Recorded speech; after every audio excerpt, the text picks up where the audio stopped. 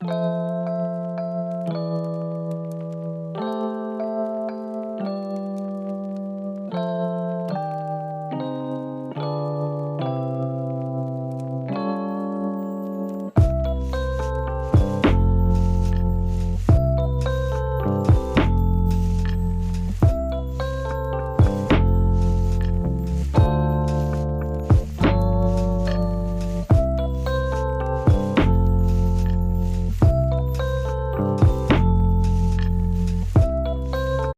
everybody, and welcome back to another edition of First and Goal. I am your host, First and Goal. Do me a favor if you haven't already. Follow me on X/Twitter at First and Goal underscore FNG. That's FIRSTANGOAL underscore FNG. Also, now available on YouTube and other platforms where you get all your podcast needs. Now, let's get into the show. All right, Panther fans, it's another Victory Monday.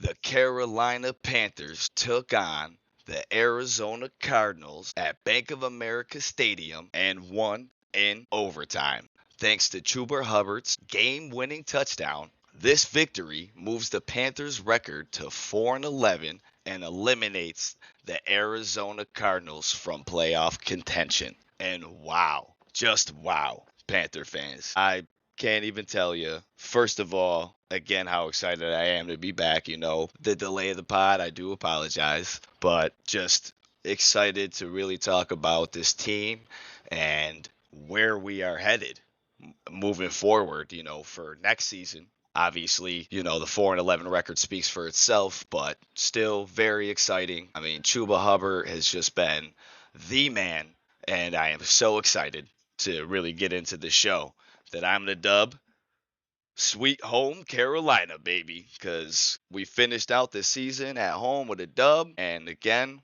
we couldn't be any more excited about it. Also, Merry Christmas to all my listeners. I am recording this pod on Christmas Day. Had a little time off here, so I'm going to quickly get this pod running and out before I got to go do the family thing. But again, Merry Christmas to everybody that's listening. Very excited to be back and do this show. By the way, this is episode 10. So this is my double digit episode, my first double digit episode, obviously. But yeah, just super excited to get double digits here. So yeah, I'm just very excited about that. This is big, 10 episodes deep. So, fun fact before we break down the show, the Carolina Panthers actually have a strong all time record versus the Arizona Cardinals. The Panthers lead the all-time series 14-6, including an 8-4 record at home and a 6-2 record on the road. They also have faced the Cardinals 3 times in the playoffs, and we also have the overall in that record with 2-1. So, ladies and gentlemen, if you didn't know, we just own the Arizona Cardinals, and that is pretty funny considering we are considered one of the lesser teams in the league as of right now. I've said it in pods before. We've never really been the team. We've had a few seasons where we were, but again, nothing where we were always looked at as, hey, that team's going to dominate you. Well, before we get into the show here, I'm just, again, like I said, really excited for this dub here. It was bigger than most think. It's really going to be the driving force for us moving into next season. You can see that there's no quit in this team, and I couldn't be more proud of our guys just battling and fighting and scratching and clawing their way to a victory, to a very tough fought victory. Winning isn't easy in this league, and our team really showed some resilience to make this win happen. And couldn't be more excited for it. So like I said, it's been a little bit since I did the show. So if your first time listening, basically I'm gonna break down the box stats. So that's how I like to open the show. We'll break down the stats, correlate stats into gameplay, talk about some key players, some key factors, moving to PFF grades, some observations, and that's really it. Show will be over from that. Before we move into that though, I just want to clear the air on some stuff. So, if you listen to the show, I'm normally title myself with C3. I am no longer affiliating myself with C3. Just do a quick tidbit on this. Nothing happened. It's just, basically, I am unpopular opinion, as if you know. I'm sure you do if you listen to my show, and you probably have a similar opinion. But I just don't want C3, a podcast that's been out for many years beyond my time. You know what I mean? Of even being a podcaster, so I don't want them to catch any flack. I said that in one of my pods before, but when I make posts, affiliated with C3, I just don't want C3 to take any, basically, like I said, flack for my opinions.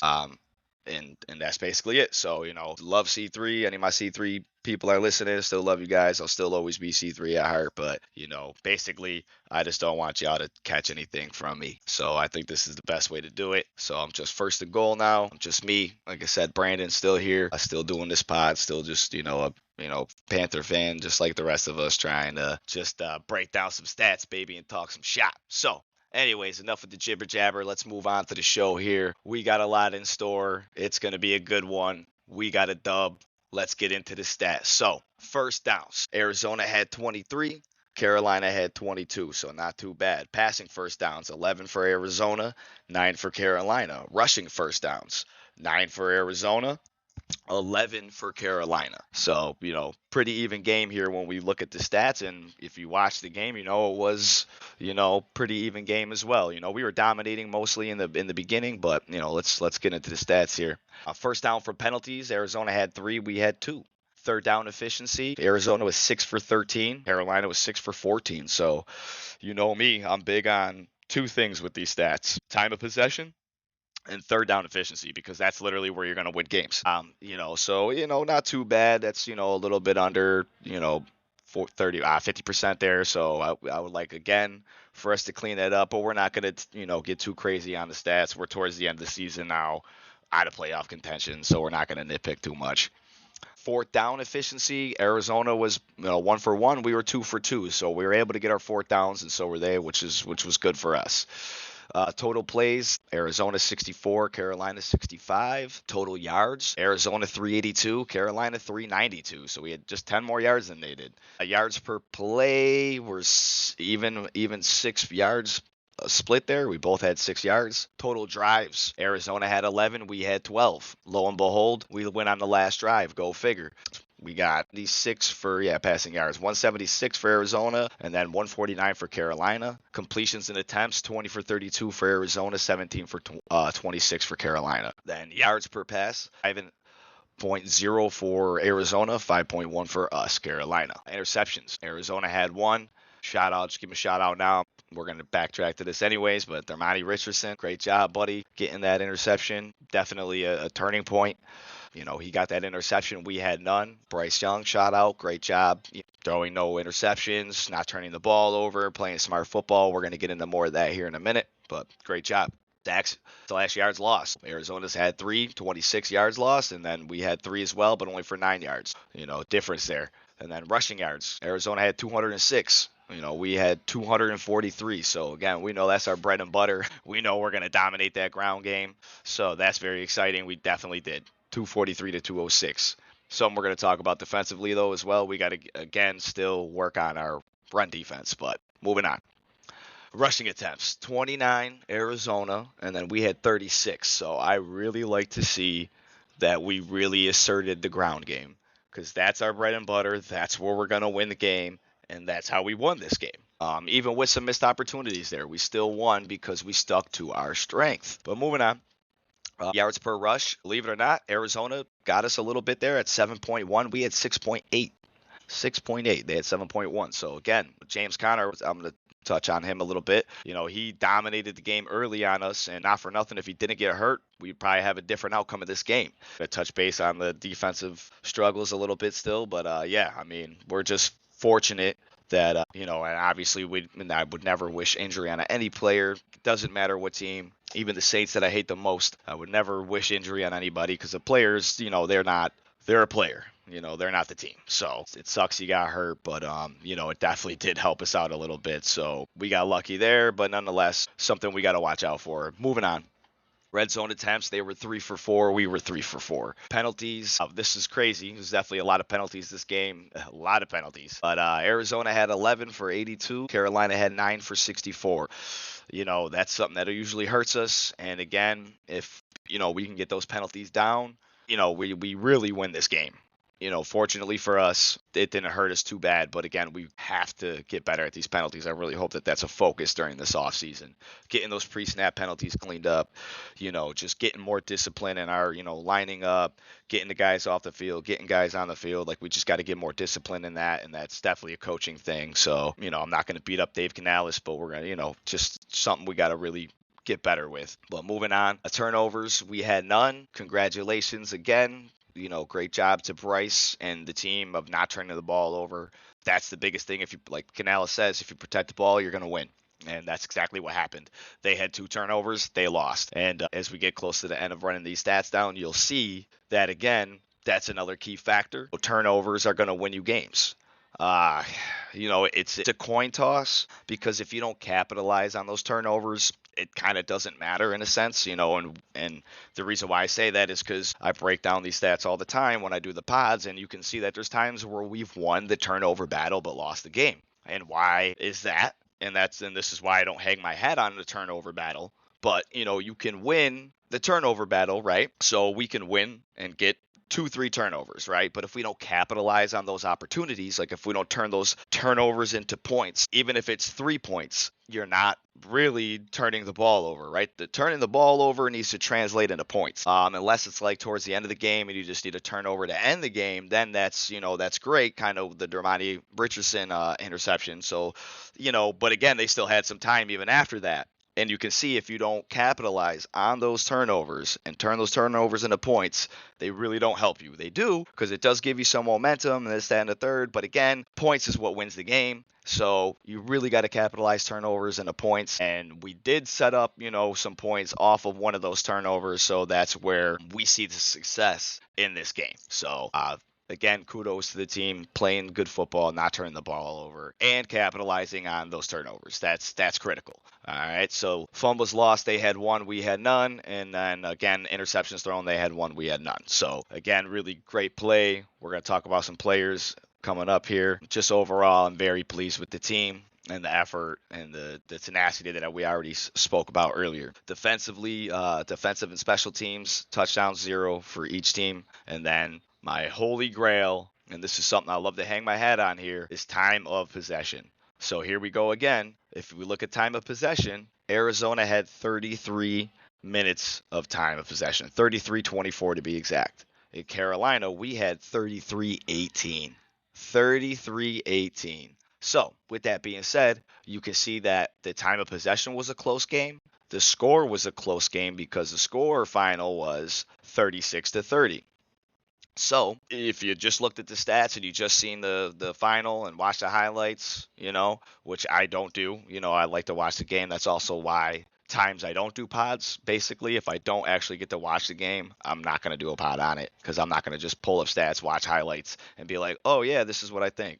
That's not a good analysis. Like, I need to watch the whole game, break down some film after I watch the game, and then I make the pod. So that's just so you get a basis of where I come from every time. I have the all 22, so I pull that up, I rewatch the game after watching the game, but I like to watch it live first, then break down the film, because I feel like I don't get the same analysis if I just watch the game or break down the film and watch highlights. It don't work out. But anyway, so like I was saying, time of possession matters the most, and you can see we're a few seconds off here of time of possession, and it just looks like it's a super close game. And it was. The difference maker here was the turnovers and the fact that we capitalized on these turnovers. That's the huge difference maker, right? And that's why we won the game. We're capitalizing on our turnovers. That's why I don't like to hang my hat on just turnovers. Time of possession and really third down efficiency is where you're going to see your team have success. And we did those, right? We had fourth down conversion success. We had third down conversion success. We were under 50%, but we got the ones that mattered, and we capitalized on our turnovers. Therefore, we won the game. And also, we didn't turn the ball over. On top of all that, sticking to your strengths, right? Letting, Chuba Hubbard run the ball, having methodical, I know they're boring. Methodical, play calls are boring, but they win games. And right now, we need to be methodical in our play calling which we've seen a little bit of that this week versus Arizona, and I was impressed. I was very impressed. So kudos to the team. Kudos to Dave Canales. We doubled our win total from last season. So Dave Canales is already doing a great job. I mean, again, I'm not going to sit here and say he's perfect. He's the best coach we've ever had. No, he's definitely has his flaws, like we all do. I feel like he's going to be exactly what we need moving forward for the future in this team. His scheme is very creative. I really like his lineups. I mean, he's moving guys around. I really like this scheme. It fits Bryce Young very well. I mean, it's definitely a Bryce Young scheme. So, and he's getting Bryce cooking. So I mean, we should be very excited as Panther fans. Like, I honestly, I'm super stoked. I know that we're right there. I mean, if you look at our record and look at our team and how we played some of these better teams over the last few weeks, we've hung in there with some top dogs, and it's just really a testament to where we could be. Look at our division. Like Atlanta and Tampa, they were surefire, 11, 12 win teams. Da da da da. Atlanta's going to take the division. They're loaded. This, that, and the third. Same with like Tampa and New Orleans. But these guys aren't really faring much better than we are. And just a few weeks ago, we had a chance to really turn the division around, and it's okay that we didn't, because really it helps us out moving forward. You know what I mean? And by that I mean we're still kind of in a top 10 range for a solid draft pick. We can get a guy on defense, excuse me, to really, elevate that defense. It's got to be defensive line, to be perfectly honest, and essentially bolster us to where we need to be, coupled with some free agency moves and other draft picks. So Panther fans, this is super exciting. I know it's only a 4-11 team, but the great thing is I'm glad I do these podcasts, because I said a lot of things in these podcasts, and most of those things came into fruition. Before we move on the rest of the show, first things first, I called Chuba Hubbard's 1,000 rushing yard season early before the season even started. And I nailed that right on the button. He's obviously already a 1,000-yard rusher. I also broke down a metric for him that he was already on pace for it a couple of weeks in the season. So that's great, and then a few other things, I don't really have any notes on, but, a few other things that I called, and I'm glad I do this podcast, because like I say things and then like forget about it, but I re-listen to them and I'm like, bro, I called so many things. One of them, the resurgence of Bryce Young. A lot of people think I'm a hater of Bryce Young, but I called his resurgence. If you listen to my week 10 pod, I basically said if we can, Bryce Young's going to start, and if we can win that game in Munich, Germany, which we did, he would solidify his starting role, and you know what I mean, and that could be the turning point for us as a team, and it really was. We won that game. It was a turning point for us. We didn't capitalize on it, but it's okay. But like, it really, I called it. It was right there, and it did solidify Bryce Young's starting role, because he's starting for the rest of the season.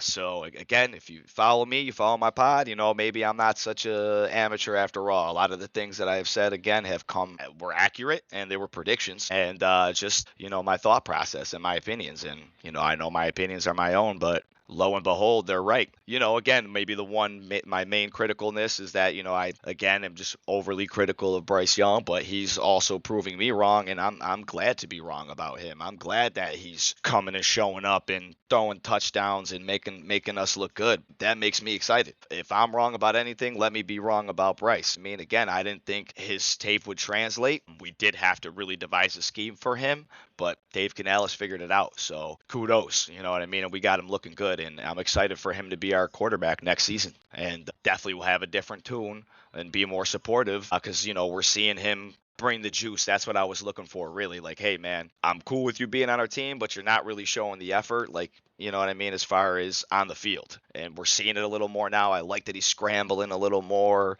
He's trying to get those first downs. He's trying to, you know what I mean, win games. And you can see him more comfortable, and it's fantastic. So bravo to Bryce. Kudos to him. I'm super excited and happy that he's our quarterback, and I'm excited with what we can do with him, and the pieces that we can continue to bring in to help him out. So, all right, let's move on to some key players and stop rambling here and get this show rolling. But key players, all right, and obviously we're gonna talk first things first. Chuba flipping Hubbard. That's my guy, number one key player. Bang the gong, boom. You know that he's the man. And that's it. You know what I mean? There's no question. Chuba Hubbard, 1,000-yard rusher. He was one of the key players, without a doubt. Chuba Hubbard had 152 rushing yards on 25 carries and 2 rushing touchdowns. I mean, come on. What are we talking about here? This guy is an animal. This guy is an animal. Like I said, my favorite player on the team. Going to be my favorite player moving forward until I don't even know when, until he's gone. But that's my guy, dude. That's my favorite player, Chuba Hubbard. This guy is an animal. A player of the week as well, so congratulations to that. Of course, you had 2 rushing touchdowns on 152 yards on 25 carries, bro. What are we talking about? This guy's an animal. But anyway, so yeah, 13 yards too on 4 receptions. So watch out. You know, he can catch the ball and move and shake a little bit. You know, I like Jonathan Brooks for that, or Miles Sanders, but Chuba's your all around guy. He's just this guy, like I said, he's in the gym, you know, while I was saying it, like in my earlier podcast, sitting 650, like, ka. Now he's hitting like 850, like, ka. The dude's an animal, bro. He's probably almost, he's probably almost at 1,000, dude. This guy's power level's over 9,000. It's insane. But yeah, he's just insane. 13 yards on 4 receptions. He had 6 yards average. Good Lord. I mean, it's averaging 6 yards a carry. That's crazy. But anyways, Hubbard also had the game-winning touchdown. Hubbard had a 21-yard rushing touchdown in overtime as the game winner, securing a 36-30 victory for the Panthers. His performance was obviously the key factor for our win, and again showcased his ability of performing under pressure. And not only that, just being the leader and captain that he should be already, but he will definitively be next year. I did call that earlier, saying he should have been this year. He didn't get it, but that's okay. Without a doubt, he's going to be our captain next year, and he showed why. Look at that. I mean, that last run was incredible, man. I mean, just a single back option, literally comes right on the right tackle there. It just, hits a home run. You can't bring the dude down. You know he was pissed off from that Tampa game where he fumbled it. And you see him hold that, as soon as he got into contact, you see him really put the Panther claw on that sucker. And he didn't let it go, and he got right in. You can't take him down. Like I said, the guy's in the gym deadlifting almost 1,000 pounds, bro. Good luck. The dude is a beast. But anyways, game winner. Love this guy. Walk-off touchdown. Bravo. That's my boy. I can't tell you how good this guy is. Like, I've been saying it for a while, but now it's really showing, and I'm just glad because, again, I'm doing the pod. Now you can see it. It's there. Go back and check out my other pods, man. I'm telling you, I've been telling people about this stuff forever now. This is why I'm doing it because, I feel like I'm pretty good at it. But anyways, moving on. Bryce Young, right? Yeah, everybody thinks I hate Bryce Young, but key player.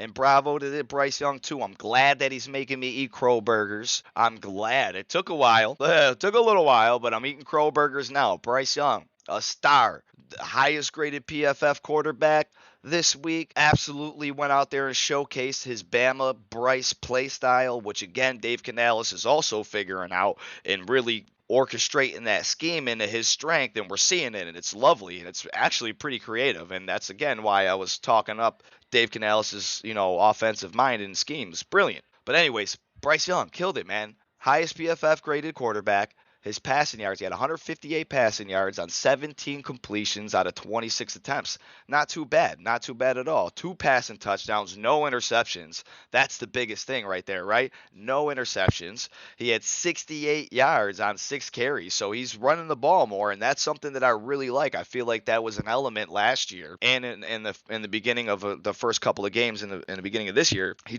was scared to run. And I get it. It's a little intimidating, or, he's a smaller guy.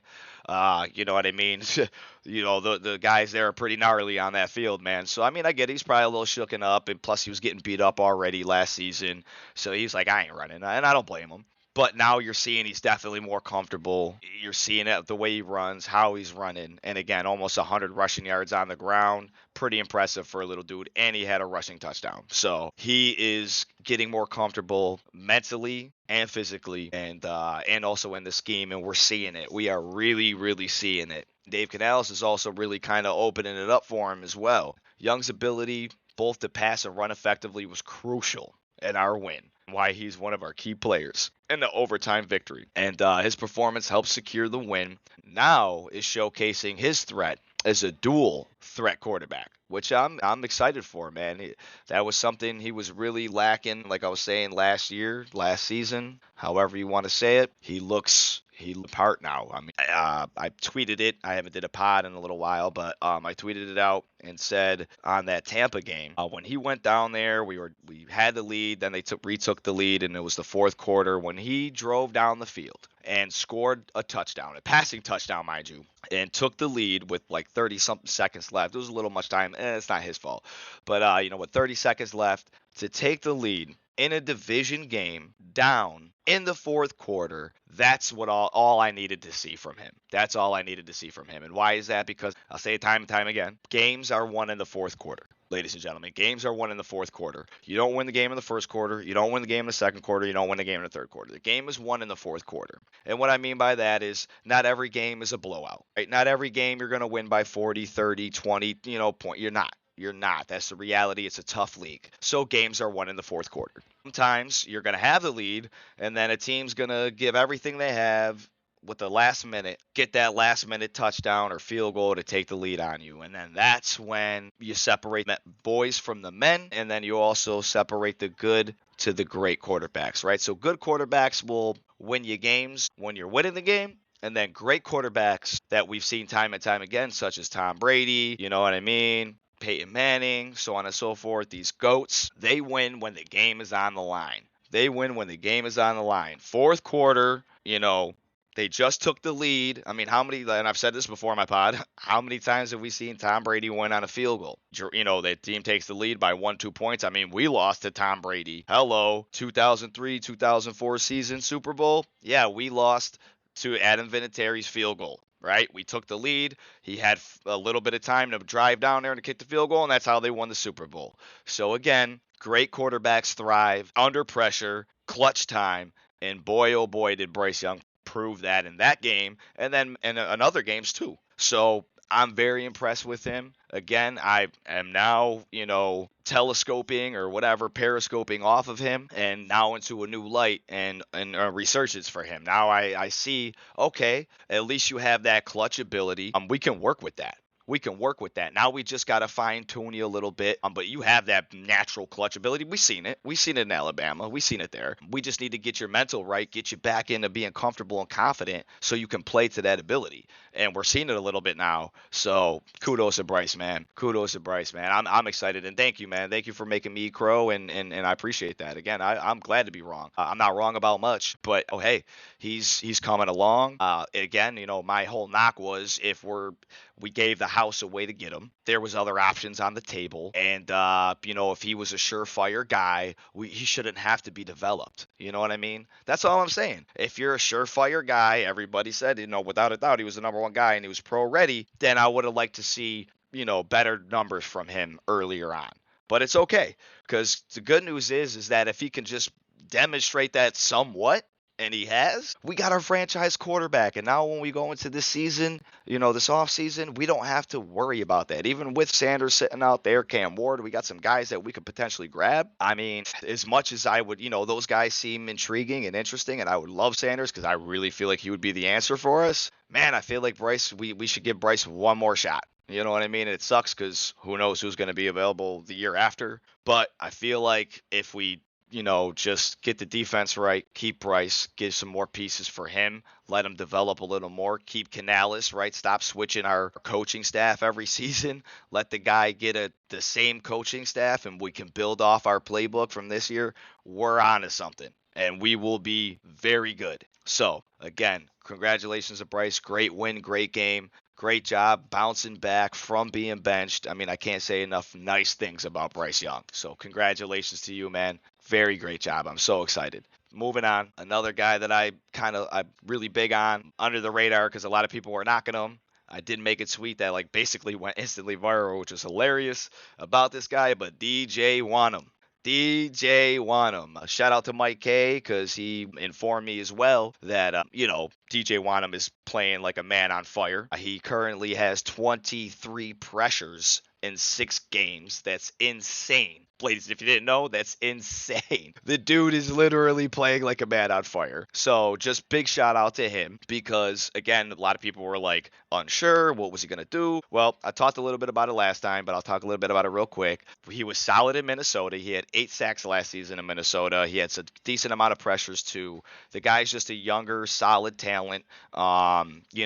Again, he's not a guy that's going to be, no Myles Garrett or nothing like that. He's not going to get you 30 sacks or nothing, but the guy's just going to be disruptive. He's going to be a factor on that field and somebody you got to account for. So I'm very excited for him to be back and already making a significant impact. But anyways, his stats for just Arizona game, he had 6 total tackles, 4 solo tackles. He had a sack, 2 tackles for a loss, and a quarterback hit. But one of them, sack and tackles for a loss, were crucial in disrupting the Cardinals and helping the Panthers secure the win. His consistent pressure on the quarterback made a significant impact on the game. So again, he has just literally been a wrecking ball and really just making it, quarterbacks uncomfortable and giving our defense some time and some help. So again, when we get healthy and we get some additional help on the defensive line, we're going to be dangerous. Like, we are going to be dangerous, ladies and gentlemen. I'm telling you right now,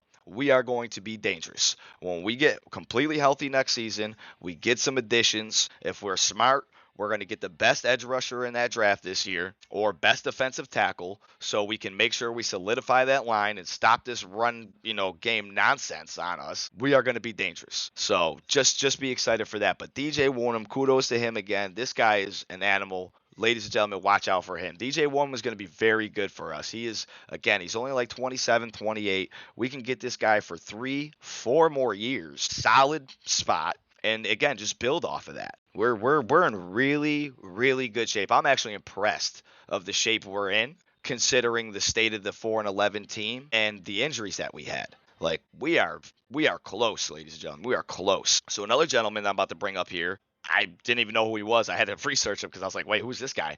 But when I seen his number was 41. I'm like, we got Captain Motherland running out there. That's all I could think of when I see 41. I'm like, yo, we got Cap back? Yo, that's my boy. I love Captain Motherland, So shout out to Captain Motherland. If you're a real one, you know who he is. But anyways, 41.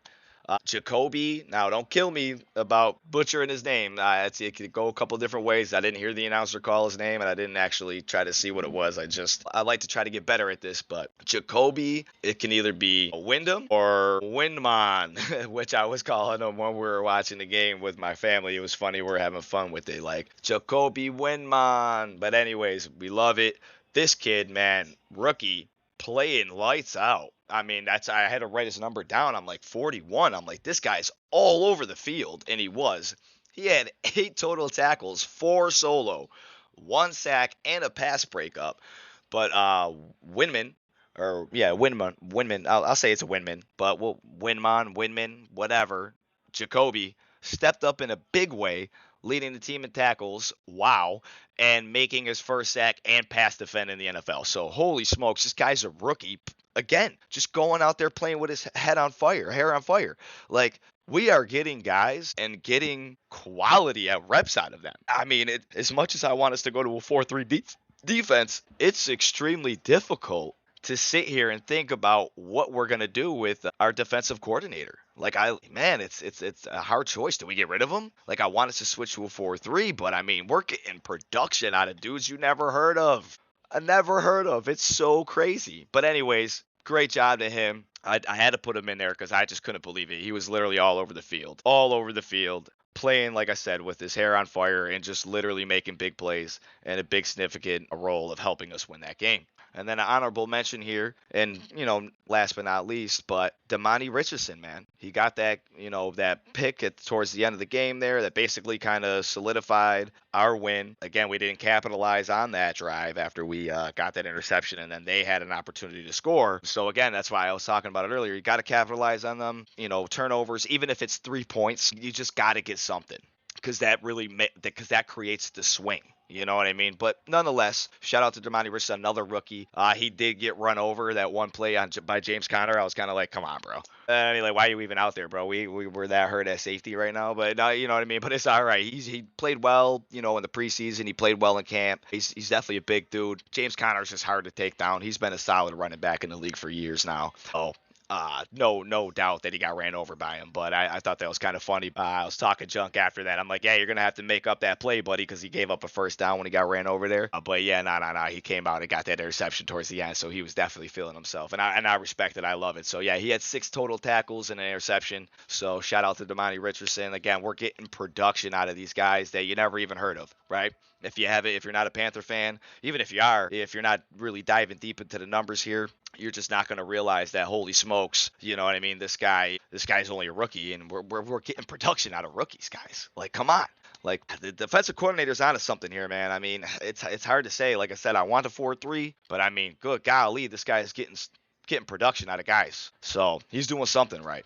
But we're running the show a little long here, so let's just quickly move on, and then we'll get this done with. But that was the key players. Moving on to key takeaways and obs. Basically, Chuba Hubbard's dominance, main thing, we talked about it already. Hubbard was the star of the game. He rushed for 152 yards, 2 touchdowns, including the crucial 21-yard touchdown in overtime. His performance was instrumental to the Panthers' victory.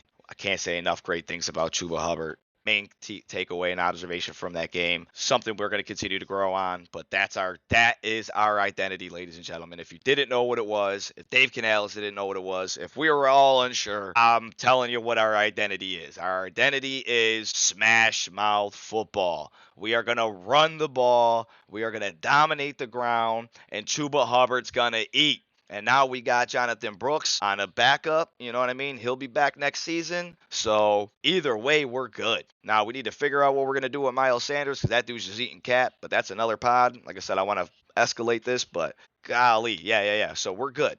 Chuba Hubbard, that's our identity. Smash mouth, ground and pound, keep pounding. We're coming for you. You better be ready. And main takeaway. Second main takeaway, Bryce Young's resilience. And again, I can't talk enough about Bryce Young. He's absolutely impressed me. I am so impressed with him, and I am so proud of him and him, coming along and really taking that bench in and striving with it. But Bryce Young's resilience, Young bounced back from a tough game in week 15. You know what I mean? He accounted for 3 touchdowns, 1 rushing, 2 passing, and his 23-yard touchdown, 18-yard pass to David Moore were absolutely fantastic. So again, that dot to David Moore on that, that go route, great play. Not to be critical, but again, it's good to see him making that pass. So, real quick, a lot of people were posting him throwing, in camp. And again, I make comments like it's a dot, it's out of bounds. It's out of bounds. We have to be honest here. Bryce was bad at that pass. He couldn't make that pass. He would always throw it out of bounds. That was why I really was kind of harping on him. My man can't make that go route pass, that over the shoulder. He can't keep it in bounds. But it stayed in bounds, and our wide receiver actually caught it. So again, when he does actually make the pass, a lot of times the guys don't catch it. So it all came together there. Again, I'm very excited for that, and Bryce has really bounced back, and I'm very, very impressed with that. So great job, Bryce Young. And then a defensive stand is a key takeaway knob, right? Defensive stand. The Panthers defense contained the Cardinals. Passing attack, we limited to only 176 yards through the air. And then their tight end only had like 20 yards on 3 catches, which he's been kind of, up and down over there in Arizona. And then we did give up some rushing yards. I did want to talk about that, but I don't want it to be an hour show. But I'll touch base with it quickly here. We did have some yards that we gave up. I didn't like. We did allow them to give over 200 rushing yards with James Conner, and he accounted for 117 of those yards before leaving the game due to injury. So again, if he didn't get hurt, we probably would be having a different conversation about this game. But again, since we're already almost 45 minutes in the show, I don't want to take it any longer because, let's be honest, people barely listen now. So, we don't want to run it too long. But anyways, yeah, so we got to get that better, and that's why I'm talking about drafting an edge rusher, drafting a defensive tackle, answering these needs, because we have to clean up our defense, our run defense. It's atrocious. So, but kudos to them, because we did basically, we won the game. We limited some of them in certain areas and aspects. So great job defense. And then crucial turnovers. The Panthers capitalized on turnovers, including an interception by Dermontti Richardson, which I already gave an honorable mention shout out to, and a fumble recovery that set up a touchdown. So again, ladies and gentlemen, again, that interception by Dermontti Richardson did not capitalize into points, which almost let Arizona win. You know what I mean? So that's why I don't hang my hat on turnovers. We can all talk about turnovers. They, again, only really win you games or matter if it's in the last minutes of the game and or we capitalize into points. That is the when they truly matter. So the fumble recovery set us up for a touchdown. That's why we won. That's why we won. And obviously, we stuck to our strengths. But moving on, that was our fourth key take and ob. And then our last was injuries that impacted the Cardinals. Again, if they didn't lose key players like James Conner, because their whole game is that ground pound too. I mean, they run the ball hard with James Conner, play off the play action. Kyler Murray's going to hurt you with his legs. It makes it hard to defend them. James Conner going down, Jonah Williams, Baron Browning, few key guys went down. These injuries really affected, obviously, the Cardinals' performance. Hey, injuries happen. We're suffering from them as well. And you can see, and it's not just us, if you lose key guys, it makes it hard to win games, people. It makes it hard to win games, folks. So before we go killing all of our coaches, especially our defensive coordinator, before we go knocking him down, as you can see, it impacts everybody. It doesn't matter who we are.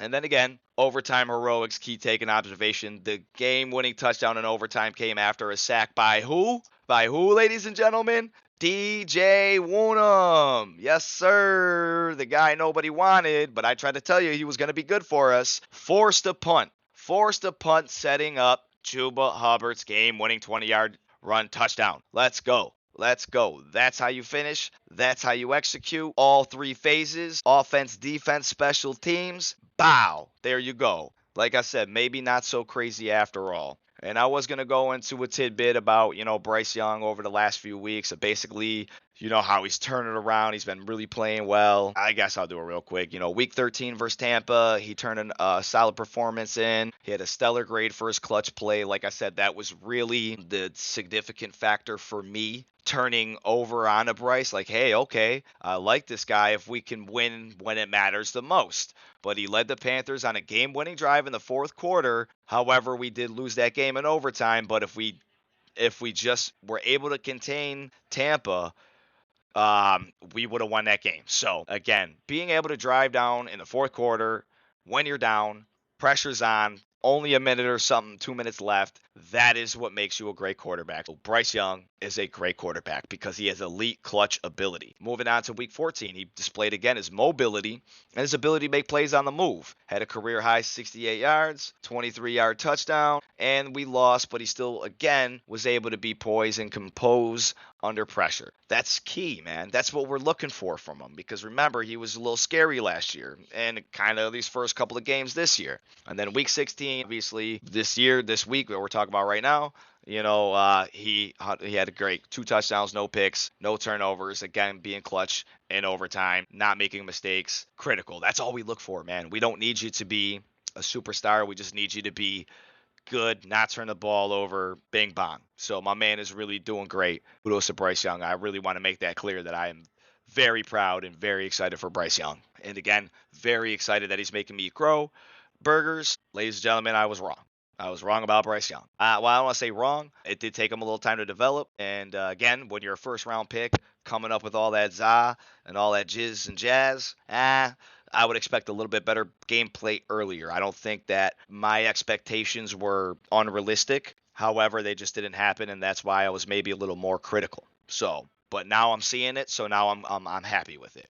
Moving on to PFF grades, I don't really want to talk about the defense struggles. It is what it is. There's 3 games left. We know what we got to get done.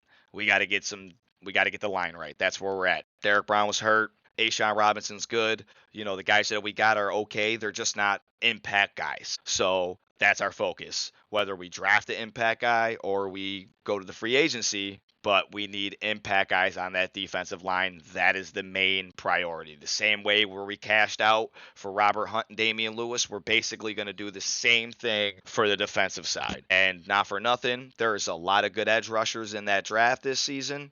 Coming up this year, this draft class. So we could honestly, smartest move, double down on edge rushers. First and second pick, edge rushers. And then think about it. If we do that, now we never have to worry about edge rushers for years to come. for years to come. So, but moving on to PFF grades, and I'll wrap up the show because I don't really like to run it over 45 minutes. But top PFF grade is Bryce Young.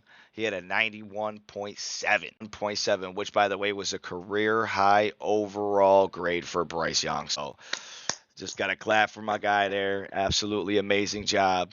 91.7. Wow. Then second up is Chuba Hubbard with an 86.1. I mean, come on. We know who Chuba is. Damian Lewis with a 77.7. And Chandler Zavala with a 77.3. Ike Ekwonu with a 74.6. So, ladies and gentlemen, we're seeing a common trend here. Our quarterback, our running back, and our offensive linemen are all at our top PFF grades. And it's been happening quite consistently lately. So, we got it We got it figured out. We got the offense figured out. Now we just need to kind of get the chemistry going. That we got to gel. We got to get the correlations going and get everybody on the same page. With a full off season, with the same coach, with the same playbook, take out the things that didn't work, keep the things that did work, add more things that are like the things that did work, and we are on our way. So that was offensive PFF grades. Now defensive PFF grades. Our defensive PFF top performers were Mike Jackson with a 78.1. A'Shawn Robinson with a 72.3. Jadeveon Clowney with a 71.6. Sam Roberts with 65.7. And then Xavier Woods, which I know everybody loves to hate, 63.9. Those were our top defensive PFF grades. And then our overall low, which is kind of sad because I got Jacoby on here, but that's okay because he's a rookie. His PFF grade will rise. I feel like they're kind of more down on the rookies, But anyways, DJ Johnson was on there with our, I would say our not lowest, but our highest lowest. Yeah. So he's our least worst guy, right? So DJ Johnson with a 51.0, Jacoby Winman, Jacoby out there, Winman, with a 50.2. With our lowest, but that's okay because again, he had a really good game. I just feel like PFF is kind of hard on the rooks. And then Josie Jewell with a 48.4. Again, I feel like they just knocked that guy. Josie's just a beast, bro. He's where he needs to be at all times. LeBron Ray, he's a rotational guy anyway, so 46.6 is what he had. And if I didn't say Josie Jewell's grade, it was a 48.4. And then our worst player was Dane Jackson from Buffalo, 44.8. So yeah, we got to get that. We got to answer that need as well. We need a cornerback for sure, but without a doubt, we can get a corner in free agency. I honestly think the smartest move for the Carolina Panthers is to draft 2 young edge rushers in this coming draft, first and second. This way we have edge rushers for years to come. Not just one, not just a kind of a guy. No, we got 2 guys that we just know are our guys, and then we don't have to worry about it. And then in the free agency, we can focus on getting, Bryce another wide receiver, because I don't think getting a rookie wide receiver is smart at this point. I think grabbing a vet, a younger vet, 27, 28, kind of proven, like maybe even 29, like maybe a Chris Godwin, if he's available. I mean, think about if we had Chris Godwin, Bryce Young had Chris Godwin, Xavier Legette, Coker, you know what I mean? Just guys that I'm thinking that could possibly be free agents, you know what I mean? Any guy that's a little bit younger but vetted, has some, some umph to him, and could really be a difference maker for us. Imagine adding a guy like that on our offense. That's really what we're missing. That's the piece we're missing on our offense. We got the running backs, we got the line, we got the quarterback, we have our younger wide receiver talent developing. So we have Adam Thielen, but I doubt he'll be around next season. Even if he is, we still need that extra guy. So again, getting a younger, sure shot, wide receiver is where we should go, in my opinion. I don't think we should draft one. We need a guy that's already proven, vetted, that can come into the system and kind of just hit the ground running, help coach up our younger guys with Adam Thielen, and yeah, just kind of hit the ground running, like I said. Again, this is Christmas, so I would like to say to everybody, Merry Christmas. If you were listening and have been listening to my podcast, I just want to say you are a real one. And I really appreciate all of the listeners and all of you. And again, I want to make a special thank you to the ones that have been following me on my podcast journey. I really appreciate it, and I couldn't tell you how thankful I am for all of you. Again, like I said, I'm back at work and stuff, so it's been hard for the pod, but I'm doing my best, and we're getting towards the end of the season, so I just wanted to get one more out. Not bad. 10 episodes for an amateur, not really having, all the gizmos and gadgets and knowing what to do. Not too shabby. So again, if you followed me and been through my process, I really, really appreciate y'all. So as always, keep pounding. God bless. Merry Christmas. And first in goal,